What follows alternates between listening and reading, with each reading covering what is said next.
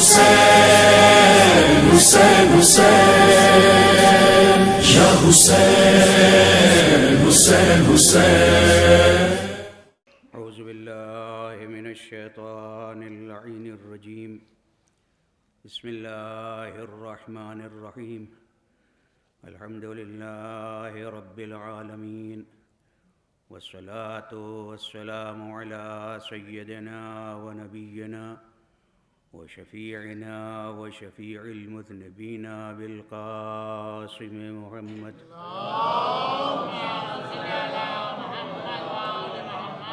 وآلہ الطیبین الطاہرین المعصومین المظلومین ولعنۃ اللہ علی اعدائہم اجمعین من یومنا هذا الى یوم الدین. اما بعد فقد قال اللہ سبحانہ تبارک وتعالی وقولہ الحق. بسم اللہ الرحمن الرحیم. ان الدین عند اللہ الاسلام. صلوات بھیج دیں.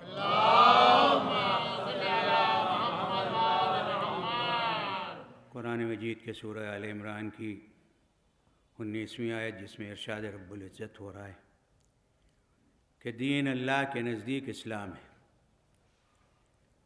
ظاہر ہے کہ جس طریقے سے ماں باپ اپنی اولاد کے لیے چاہتے ہیں کہ وہ نیک ہو، اچھے اسکول میں پڑھے، اس کا اخلاق، اس کا کردار، تمام چیزیں بہتر ہوں، تو اللہ نے بھی جو رب حقیقی ہے، جب انسان کو خلق کیا تو اس کے لیے دین بھی بنا کے بھیجا تاکہ وہ انسان بنے. کیونکہ اگر دین کے دائرے میں رہے گا اللہ کے تو وہ انسان کہلائے گا، ورنہ پھر اس کے بعد مسلمان تو ہو سکتا ہے مگر انسان نہیں ہو سکتا. اس لیے کہ کلمہ پڑھ لیا اس نے، لیکن کلمہ پڑھنے کے بعد اگر اس نے اللہ کی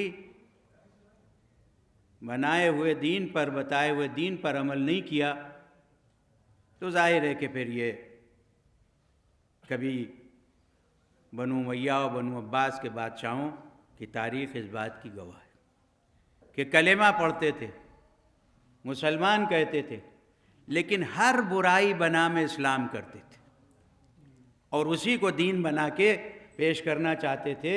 اس لیے کہ جو ان کا عمل تھا وہی دین کہلاتا. وجہ اس کی یہ تھی کہ یہ مسند رسول اللہ کے دعوے دار تھے کہ ہم رسول اللہ کی مسند کے وارث ہیں اور اس پر بیٹھے ہیں. چنانچہ یزید جو چادر اوڑھتا تھا، جو ردا اوڑھتا تھا، اس کے لیے یہ کہتا تھا کہ یہ رسول اللہ کی ہے اور رسول اللہ نے میرے دادا ابو سفیان کو دی تھی. میں نے جب یہ واقعہ پڑھا، تاریخ میں دیکھا، تو میں نے کہا یہ ممکن ہو ہی نہیں سکتا ہے کہ رسول اللہ غیر مستحق کو اپنی شے دے میں، اپنی چادر دے دیں. ہاں یہ ضرور ہے کہ بنو امیہ کی تاریخ رہی ہے چوری چرا لیا ہوگا. صلوات بھیج دیں محمد وآلہ محمد. اس لیے کہ پشتینی اعتبار سے تاریخ گواہ ہے. اس لیے کہ امیہ نے کعبے میں جو چڑھے ہوئے ہرن تھے سونے کے، وہ چرائے تھے. پورا واقعہ تاریخ اسلام میں موجود ہے. اور چرانے کے بعد وہ جا کے بازار میں فروخت کر کے شراب خریدی. امیہ جو عبد مناف کا بیٹا کہلاتا، حالانکہ ہے نہیں، یہ حبش کا غلام تھا، کم سنی میں آ گیا تھا. یہ چونکہ اس طریقے سے رہا، بڑا چالاک تھا کہ اس کو لوگ بیٹا کہنے لگے. اور پھر تاریخ میں جھوٹا واقعہ خود بنو امیہ نے لکھوایا کہ یہ دونوں ساتھ ساتھ پیدا ہوئے تھے، عبد مناف کے یہاں جناب ہاشم اور یہ امیہ، اور دونوں کا جو ہے وہ سر جڑا ہوا تھا اور اس کے بعد اسے تلوار سے جو ہے، یہ پورا جھوٹا واقعہ تاریخ میں درج کروایا ہے صرف اور صرف بنو امیہ نے. ورنہ دو کردار الگ الگ ہیں. کبھی ایک باپ کے دو بیٹے اس طرح کے ہوتے ہیں کہ ایک انتہائی کالا دھیمڑ ہو اور دوسرا جو ہے وہ خوبصورت گندمی رنگ اس کا، اور وہ جو ان کے شجاعت، جو ان کی سخاوت، جو ان کا انداز جناب ہاشم کا، اور یہاں بخل تاریخ میں لکھا ہوا. یہ سب بالکل عام باتیں. اور یہ یہیں سب رکھا ہوا ہے، اس لیے کہ دنیا شیعت کا آدھا سرمایہ اسی کتب خانے میں موجود ہے، جس کو آج بھی علماء ایران و عراق بیان کرتے ہیں۔ ابھی کربلا محلہ میں میری ایک عالم دین سے نجف اشرف میں ملاقات ہوئی، اور جیسے ہی میں نے کہا لکھنؤ، کہا وہ تو مجاہدین کا شہر ہے، صاحب اوقات کا شہر۔ اس لیے کہ علمی دنیا میں علم کی قدر ہوتی ہے، اور ولایت کے سلسلے میں جو کتاب میر حامد حسین صاحب مرحوم نے لکھ دی، اس کا جواب تاریخ میں کہیں ملتا نہیں ہے، اور اس کے بعد جتنی کتابیں لکھی گئیں وہ سب اسی کے ذریعے سے لکھی جا رہی ہیں، اسی حوالے سے۔ لہذا جہاں لکھنؤ کا نام لیجئے کہتے ہیں اچھا میر حامد حسین صاحب والا لکھنؤ، صاحب وقات والا لکھنؤ، ایک صلوات بھیج دیں محمد وآلہ محمد۔ تو یہی یہ تمام چیزیں محفوظ ہیں۔ چنانچہ انتہائی بخیل، چوری کیے ہرن، جا کے بیچ لیے، اور بیچنے کے بعد کعبے کے چڑھاوے کے تھے، بیچ ڈالے جا کے، اور شراب خریدی، اور مصر سے ناچنے والی عورتیں آئی تھیں، شراب بیچ کے آئے، ان سے ناچ دیکھنے لگے۔ یہ سب کعبے میں ہو رہا تھا، ظاہر ہے اس وقت دور کفر میں، اور دور اسلام میں بھی یہی ہوتا اگر حسین ابن علی نہ ہوتے، ورنہ یہی سب آل امیہ نے شروع کروا دیا تھا، آل امیہ نے یہی شروع کروا دیا تھا۔ چنانچہ ان ناچنے والی عورتوں نے ناچتے ناچتے کچھ شعر پڑھ دیے کہ کتنے اچھے ہیں بنو امیہ کے مکے کے سردار، کیونکہ یہ اپنے کو سردار کہتے تھے نا، کتنے اچھے ہیں یہ مکے کے سردار جو چڑھاوے کے سونے کے ہرن بیچ ڈالتے ہیں، اور بیچنے کے بعد شراب خرید کے ہم پر صرف کرتے ہیں۔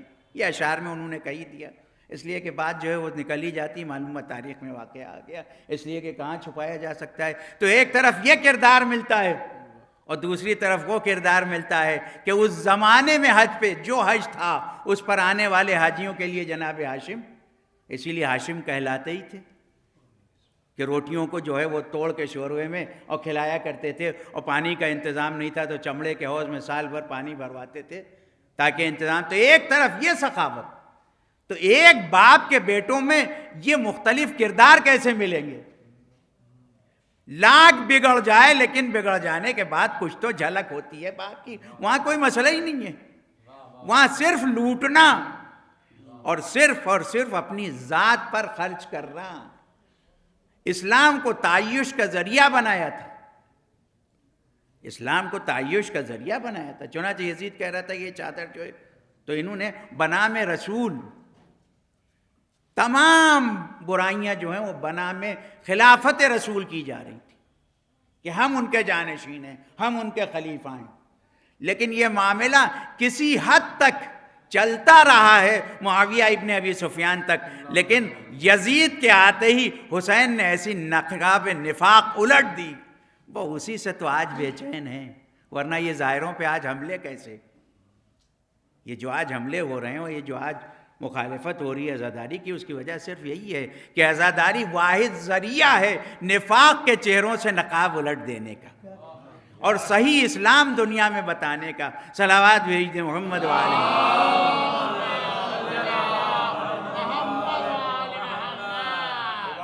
تو مسئلہ صرف یہی ہے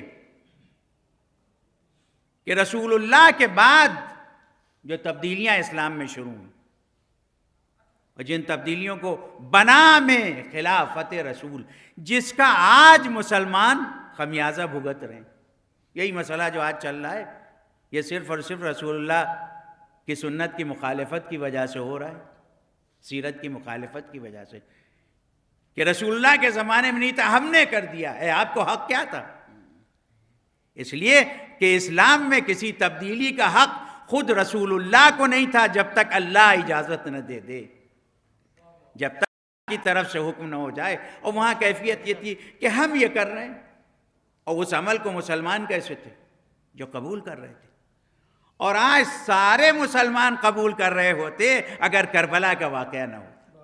صرف اور صرف کربلا صحیح اسلام کو پہچانوانے کا ذریعہ ہے، اسی لیے لوگ تڑپ جاتے ہیں، محرم آتا ہے طرح طرح کے فتوے دینے لگتے ہیں، طرح طرح کی باتیں کرنے لگتے ہیں، زائرین کے سلسلے میں نہ جانے کیا ہے، ان تمام مراقد مطہرہ کے سلسلے میں نہ جانے کس قدر مخاصمت و مخالفت۔ ابھی 40 کا وہ امنٹا ہوا سیلاب جو بہترین ذریعہ ہے اس صحیح اسلام کو پیش کرنے کا جو رسول اللہ دے کے گئے تھے، یہ عشق ہی تو ہے۔ اسی لیے تو ایک بزرگ سے جو گزشتہ سال کسی حادثے کا شکار ہو گیا تھا اور اس نے کہا تھا کہ یہ ابن رسول اللہ کیا میں اس سال پیدل کربلا نہیں جا پاؤں گا، اس کا انٹرویو موجود ہے۔ وہ کہتا ہے کہ میں نے ایک آواز سنی کہ فلاں ابن فلاں اٹھ کے کھڑا ہو جا، اور پھر میں کھڑا ہوا اور آج یہ تیزی کے ساتھ پیدل امارہ سے کافی دور ہے کربلا سے، اور وہاں سے وہ 80 سال کا بوڑھا بڑی تیزی کے ساتھ چلتا ہوا چلا رہا ہے۔ اور جب ٹی وی والوں نے پوچھا کہ تم کربلا کیوں جا رہے ہو تو کہا دیکھو عشق اور محبت کے لیے کیوں نہیں پوچھا جاتا ہے۔ صلوات بھیج دیں محمد و آل محمد، صلوات بھیج دیں محمد و آل محمد۔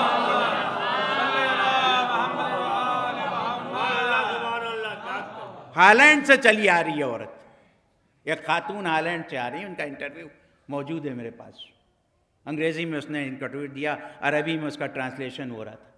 نجف سے پیدل کربلا آ رہی ہے اپنی کمسن بچی کے ساتھ میں، کرسچین تھی، کہا میں نے خواب میں رسول اللہ کو دیکھا، انہوں نے مجھے جنت کی بشارت دی۔ دوسرے دن ایک عورت ملی، انڈونیشیا ملیشیا کی تھی، اور اس نے جو ہے مجھے قرآن دیا اور میں نے قرآن پڑھا، اور اس کے بعد میں نے کربلا کا نام سنا، کربلا کا نام سنا، دل میں کشش پیدا ہوئی اور میں اسلام لے آئی، میں نے یہ مذہب حق اختیار کر لیا، اور اب میں زیارت 40 کے لیے آئی ہوں۔ ہالینڈ میں مجھے بڑی سہولتیں حاصل ہیں، بڑی آسانیاں ہیں، بڑا آرام ہے، لیکن اب میرا جی چاہتا ہے کہ میں کربلا کی گلیوں میں جھاڑو دے کے اپنی زندگی کو بسر کر دوں۔ یہ کشش کس نے پیدا کر دی؟ اس اللہ نے جس نے وعدہ کیا تھا، اس خدا نے جس نے وعدہ کیا تھا۔ تو صحیح دین پہنچنے کا بہترین ذریعہ ہے کربلا، اسی لیے مخالفت ہوتی ہے، اسی لیے مخالفت ہوتی ہے، اسی لیے جو ہے شور مچایا جاتا ہے۔ اور وہ اسلام جو اموی اسلام تھا، کربلا نے اس کے چہرے سے نقاب الٹ دیے، اور اب دودھ کا دودھ اور پانی کا پانی سمجھ میں آ گیا لوگوں کو۔ اور یہاں تک کہ لوگ براہ راست یزید سے کہنے لگے کہ یزید تو نے ظلم کیا، اس لیے کہ جیسے جیسے امام حسین کو لوگ سمجھتے جا رہے تھے ویسے ویسے انقلاب برپا ہوتا جا رہا تھا، ویسے ہی انقلاب برپا ہوتا جا رہا تھا۔ چنانچہ اب یزید مجبور کیوں؟ وجہ یہ ہے کہ تاریخ کربلا میں 2 چیپٹر ہیں، ایک شہادت، دوسرے اسیری۔ شہادت نے ایک چیپٹر، ایک باب کو مکمل کیا، اسیری نے دوسرے باب کو اس انداز سے دوسرے چیپٹر کو مکمل کیا کہ اس کے بعد آل امیہ کا کردار کھل کے سامنے آ گیا۔ نہیں، اپنے عقائد کو محفوظ رکھو۔ سولی پہ چڑھ جانا محبان اہل بیت کی شان تھی، چنانچہ آج بھی جو لوگ زیارت 40 کے لیے نکلتے ہیں وہ رخصت ہو کے گھروں سے آتے ہیں کہ اگر ہم واپس آ گئے تو ٹھیک ہے، ورنہ شہید ہو گئے تو کیا کہنا۔ اور ان شہیدوں کی مائیں جو ہیں وہ فخر سے کہتی ہیں کہ ہم شہید کی ماں ہیں، ہمارا لال حسین ابن علی کی راہ میں شہید ہوا۔ اس لیے کہ محبت جو ہے وہ ہر شے پہ بھاری ہے، مودت ہے، یہ مودت کا حکم دیا گیا ہے جو ہر محبت پہ بھاری۔ تو یہ امنٹا ہوا مجمع جو ہر سال بڑھ رہا ہے، اور یہ بھی معجزہ ہے کربلا کا کہ ایک چھوٹی سی جگہ پر اتنا مجمع سما جاتا ہے، اور ہر شخص ذریعہ با عبداللہ تک پہنچ جاتا ہے، کیونکہ حسین سے جو وابستہ ہو جائے حسین اس کے لیے خود انتظام کر دیتے، خود انتظام کر دیتے۔ لیکن شرط یہ ہے کہ ان سے وابستہ رہے، وہی جو وہ پڑھتا ہے زیارت میں، انی سلم لمن سالمکم وحرب لمن حاربکم۔ ہماری سلو اس سے جس سے آپ کی سلو، جس نے آپ سے سلو کی، اور ہماری مخالفت، ہماری جنگ اس سے جس نے آپ سے جنگ کی۔ لہذا کہیں ایسا نہ ہونے پائے کہ معلوم ہوا ادھر بھی ہے ادھر بھی، کیا بات ہے، جہاں گئے وہاں وہ ایسے ہی نہیں۔ پھر ایسے کو اہل بیت پسند نہیں کرتے ہیں۔ اہل بیت کو اسی طرح جیسے اللہ کو دین خالص چاہیے ویسے ہی محبت بھی خالص چاہیے۔ صلوات بھیج دیں محمد و آل محمد،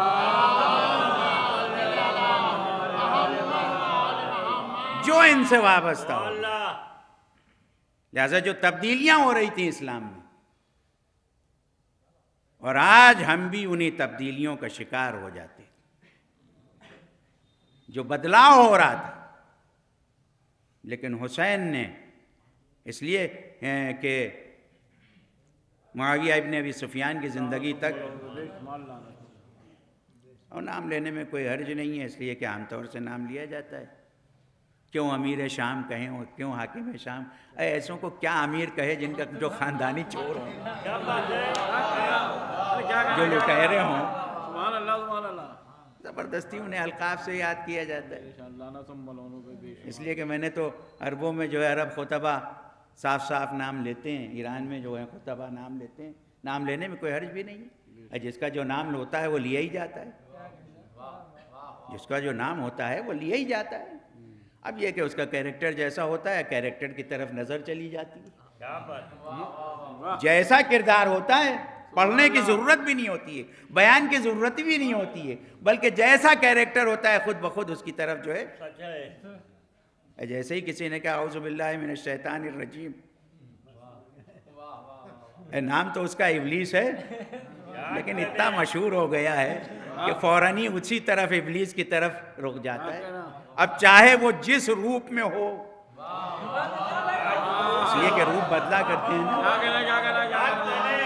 چاہے جس انداز میں، اور ظاہر ہے کہ وہ جن ہے، اور جن جو ہے وہ مختلف اجسام میں آ سکتا ہے، مختلف جسم میں آ سکتا ہے، جسم ہے نہیں، جن روح ہے وہ کسی بھی جسم میں آ سکتی ہے، لہذا مختلف واقعات جو اس کے ہیں۔ یہی تو پوچھا تھا جناب سلمان سے حضرت علی نے کہ یہ مسجد میں سب سے پہلے بیعت کے لیے ہاتھ کس نے اٹھایا تھا؟ پہلے کے لیے سب سے پہلے بیعت کس نے کی تھی؟ کہا ایک بڈھا تھا، بڑی سی داڑھی سفید، ہاتھ میں عصا لیے ہوئے، تسبیح، لب اس کے ہل رہے تھے۔ امیر المومنین نے فرمایا وہ شیطان تھا، وہ شیطان تھا جس نے آ کے سب سے پہلے بیعت کی ہے، اس لیے کہ ظاہر ہے وہ اسی بات پہ خوش ہو گیا۔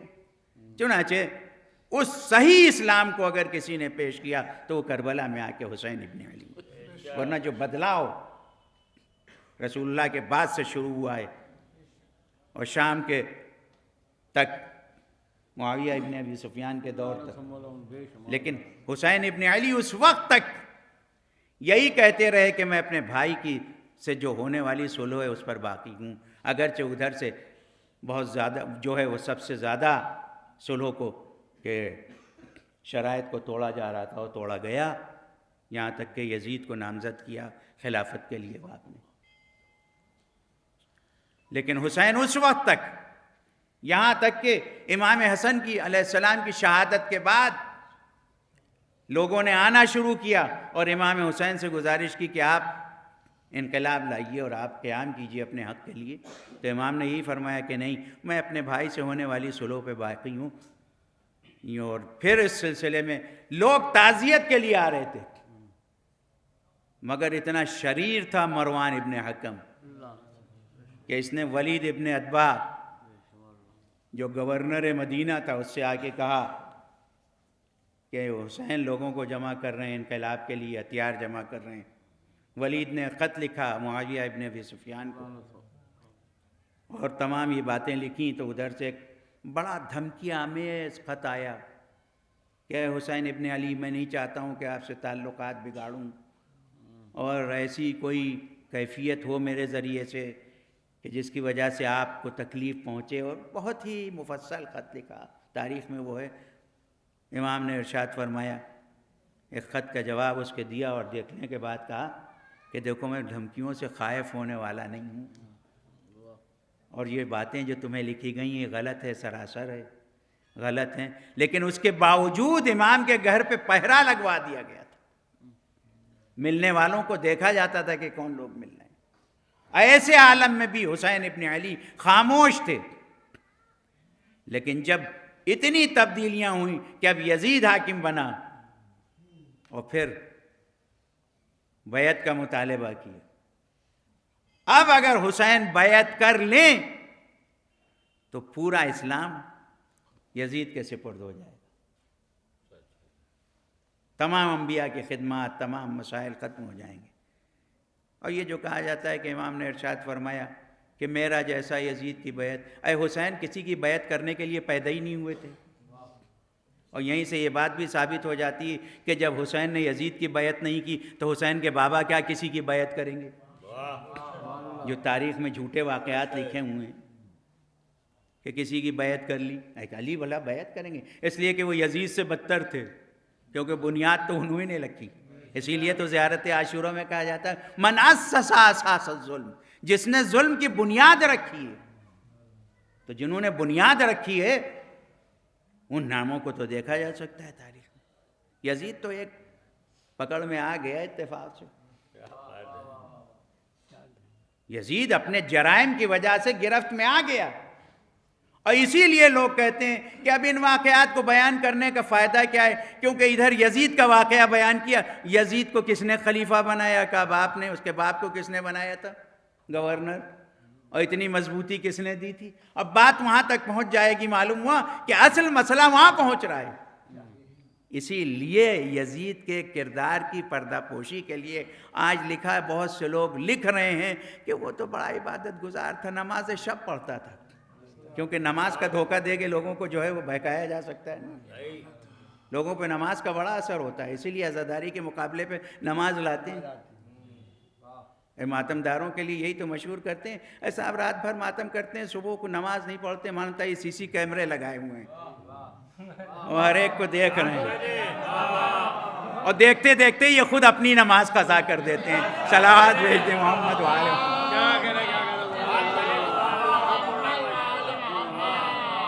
یہ معاملہ یہی نہیں ہے، کربلا میں 40 میں جمع ہونے والے پیادہ رفت چاہنے والے لوگوں کے لیے بھی یہی کہا جاتا ہے، وہاں بھی یہی ہینڈ بل اس قسم کے چھپتے ہیں، وہاں بھی ایسے لوگ ہیں موجود، لیکن اللہ کا شکر ہے کہ اس کا دفاع کرنے والے بھی موجود ہیں۔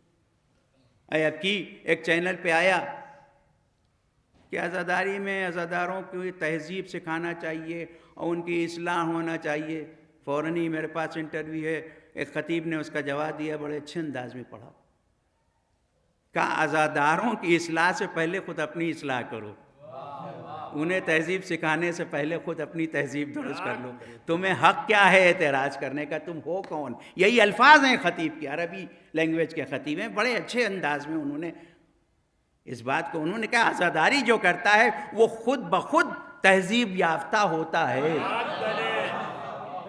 اسے تہذیب سکھانے کی ضرورت نہیں ہوتی ہے۔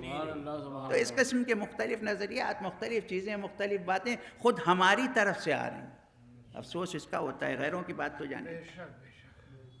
تو کربلا نے اس صحیح اسلام کو پیش کیا، اور یہی وجہ ہے کہ لوگ کربلا کے ذریعے سے، اسی ہندوستان کا واقعہ ہے، سب سے پہلی حکومت جو ہے وہ بیجاپور میں قائم ہوئی ہے، ساؤتھ انڈیا میں، احمد شاہ اور محمد شاہ انتقال کے بعد انہی میں سے ایک کی زوجہ محمد شاہ کی غالباً مدینے چلی گئی اپنا سارا مال لے کے مکے، حج کرنے کے بعد اس نے جو ہے مدینے میں رہائش اختیار کر لی، اس لیے کہ وہ ہمارے مذہب پہ نہیں تھی، لیکن اس وقت روزے بنے ہوئے تھے جنت البقیع کے، وہ گئی جنت البقیع میں، اور جانے کے بعد اس نے جناب معصومہ کے روزے کی زیارت کی، امام حسن کے روزے کی زیارت کی، تو اس نے پوچھا کہ بی بی زہرا کے تو 2 فرزند تھے، حسین کی قبر کہاں ہے؟ کسی نے کہا کربلا میں ہے، کہا اتنی دور کیوں دفن ہوئے؟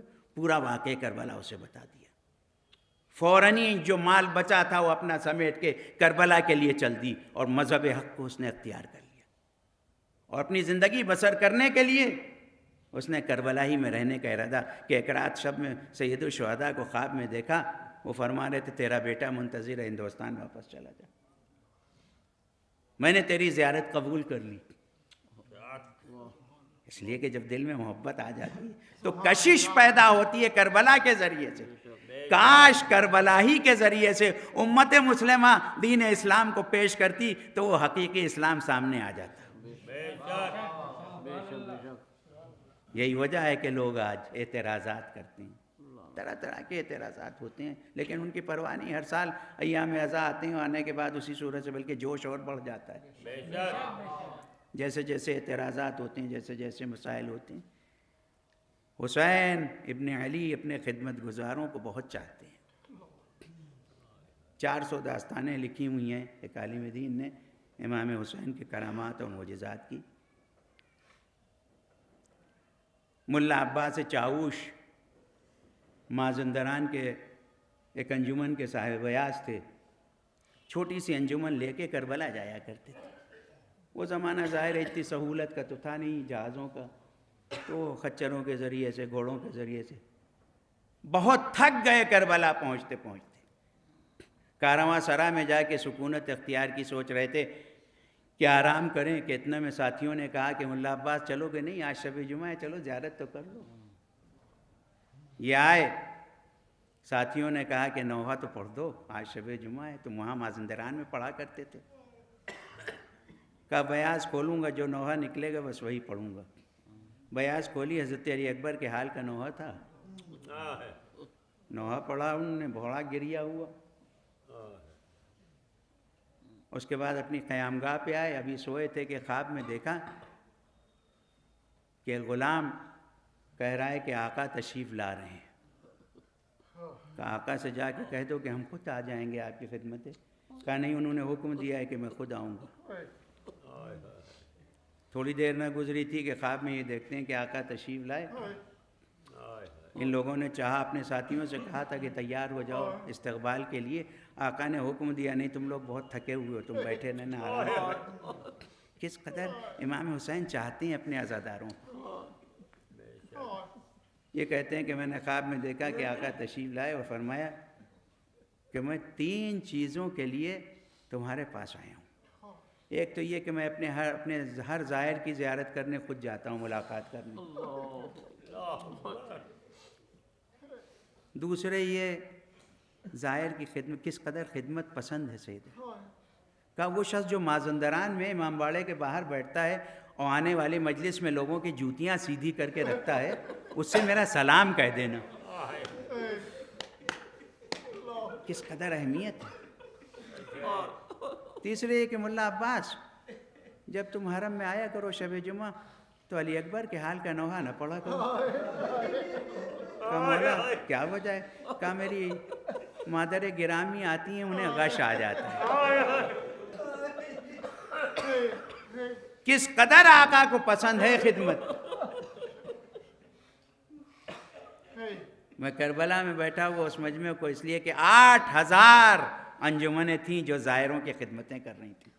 اتنے بڑے مجمع کو نہ کھانے کی کمی، نہ پانی کی کمی،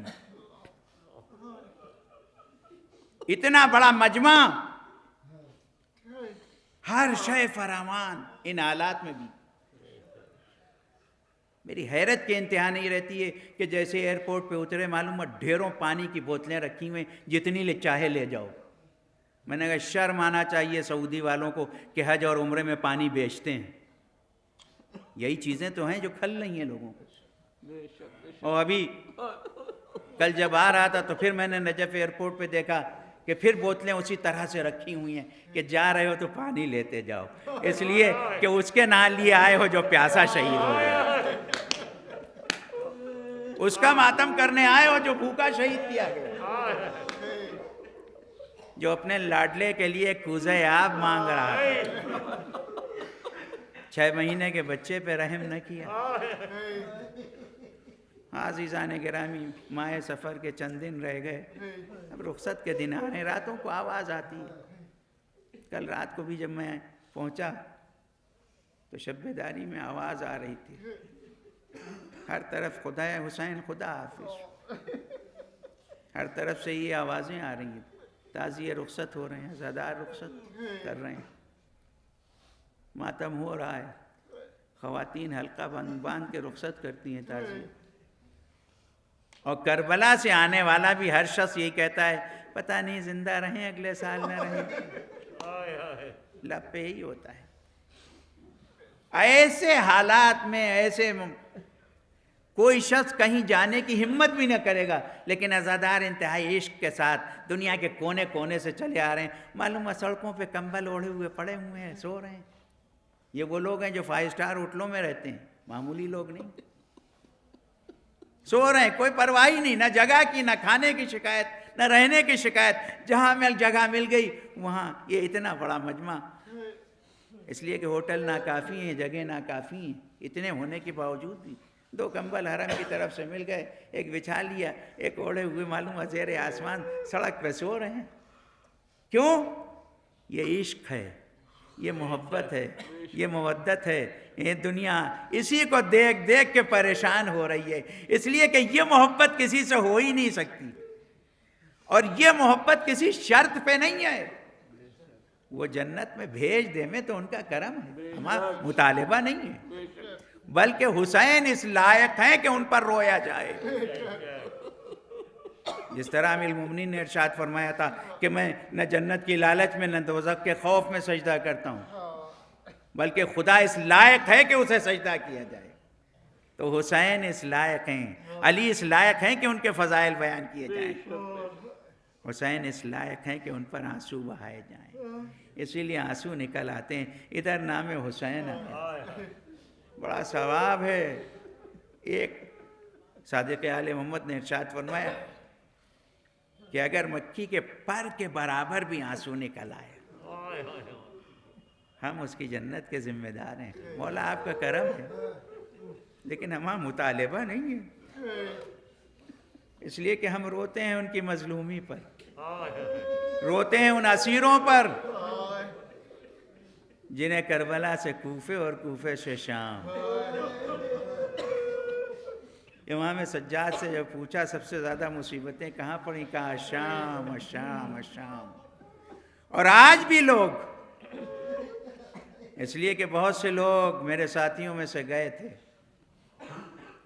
اور جانے کے بعد انہوں نے جناب زینب کے روضے پہ 40 کی جا کے، لیکن مجمع نہ تھا حالات کے تحت.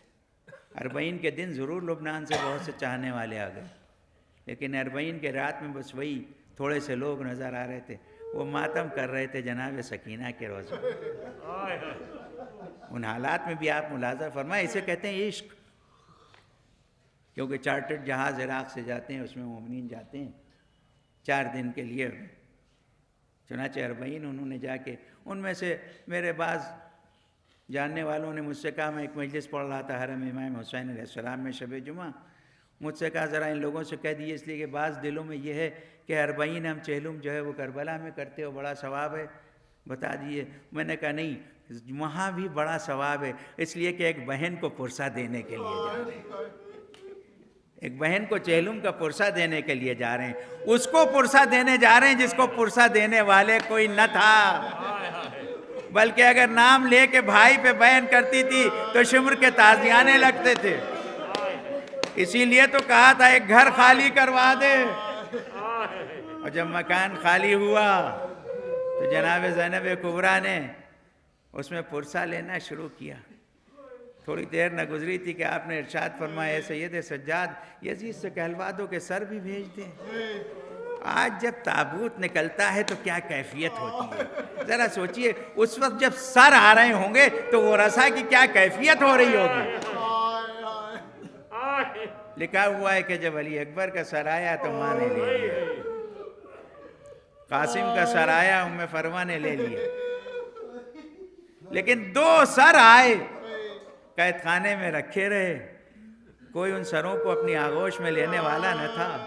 ایک دفعہ شام کی عورتوں نے یہ کہنا شروع کیا، ایسا لگتا ہے کہ ان سروں کی ماں دنیا سے رخصت ہو گئی. ایک مرتبہ جناب زینب نے ارشاد فرمایا، بیویوں ماں رخصت نہیں ہوئی مگر اس کا ماتم کرے گی جس کی ماں زندہ نہیں ہے.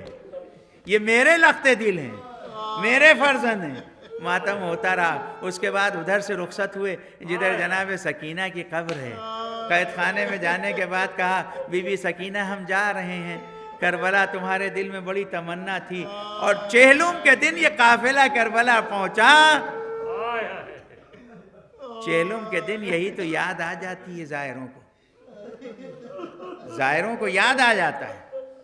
اور جب خطیب حرم کے لاؤڈ اسپیکر سے اسیروں کا واقعہ پڑھنا شروع کرتا ہے، اور یہاں تک کہ خطیب پہنچتے ہیں کہ آج کے دن وہ اسیر کربلا آئے، کوہرام مچا ہوتا ہے۔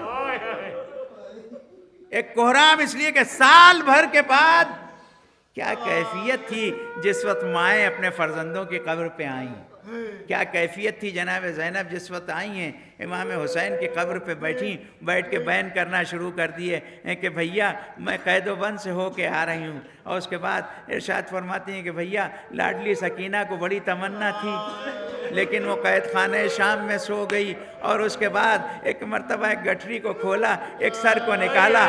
بھیا دنیا کا دستور یہ ہے کہ بہن جب کہیں جاتی ہے تو تحفہ لے کے آتی ہے، میں یہ سر آج لے کے آئی ہوں، اس لیے کہ سرائے شہداء اسی دن دفن ہوئے۔